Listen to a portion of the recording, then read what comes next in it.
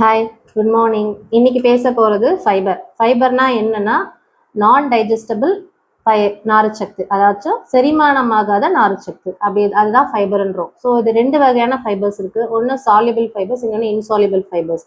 Soluble ஃபைபர்ஸ்னா கரையக்கூடிய நார்ச்சத்து. இது என்ன பண்ணணும்னா நம்ம உணவோட சேர்ந்து ஒரு ஜெல் மாதிரி ஃபார்ம் ஆயிட்டு நம்ம உணவை வந்துட்டு நம்ம வயிற்றில் வந்துட்டு ஒரு பசி இன்மையை கிரியேட் பண்ணும். ஸோ அதனால ஒரு குளுக்கோஸ் லெவலும் நம்ம கொலஸ்ட்ரால் லெவலும் கண்ட்ரோலில் வச்சுக்கும்.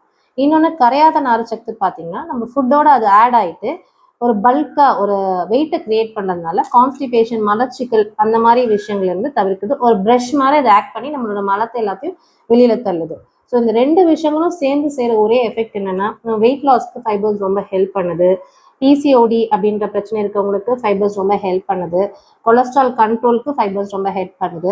டயாபெட்டிக் கண்ட்ரோல், சுகர் வராமல் தவிர்க்கணும்னாலும் ஃபைபர் டயட் நிறைய எடுத்துக்கணும். அதோட முக்கியமான விஷயம் நம்மளோட கேன்சர் சொல்கிற கோலோரெக்டல், அந்த மலம் குழாயில் ஏற்படக்கூடிய கேன்சரையும் நிறைய நம்ம ஃபைபர் டயட்ஸ் எடுத்துக்கும் போது தவிர்த்துக்கலாம். ஸோ இதெல்லாம் இதோட யூசஸ். அடுத்து இந்த ஃபைபர் ரிச் டயட்ஸ் எதெல்லாம் இருக்குது அப்படின்னு பார்த்தீங்கன்னா ஃபர்ஸ்ட் வரும்போது ஃப்ரூட்ஸ்.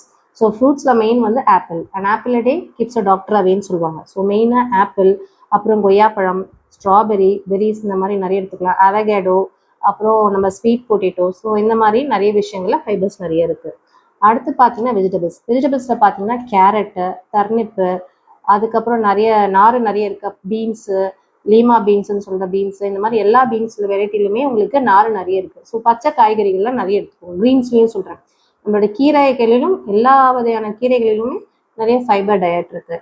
அடுத்து பல்சஸ், அப்புறம் நம்மளோட நட்ஸில் வகைகளில் எல்லாத்துலேயும் நிறைய ஃபைபர் டயட்ஸ் இருக்குது. அது அடுத்த கட்டமாக வரும்போது ஓட்ஸ்லேயும் நிறைய ஃபைபர் டயட் இருக்குது. பார்லி, இந்த மாதிரி எல்லா விஷயங்களுமே ஃபைபர் டயட் இருக்குது. ஸோ நம்மளோட ஒரு நாள் சாப்பாட்டில் கண்டிப்பாக ஒரு 30 கிராம் அளவுக்காவது ஒரு ஃபைபர்ன்ற விஷயம் உணவில் இருக்கணும். ஸோ ஃபைபர் எதில் இருக்குது, நம்மளால என்ன அஃபோர்டபிலிட்டியாக இருக்கக்கூடிய வகைகளான ஃபைபர் டயட்ஸை டெய்லி நம்மளோட உணவில் கண்டிப்பாக சேர்த்துக்கலாம். நம்மளோட டயட்டை நாம் பிளான் பண்ணலாம். லாஸ்ட் வீடியோவில் நான் சொன்ன கட் ஹெல்த் மேனேஜ்மெண்ட்க்கு இந்த ஃபைபர் டயட் ரொம்ப ரொம்ப ரொம்ப ரொம்ப யூஸ்ஃபுல்லாக இருக்கும். நன்றி.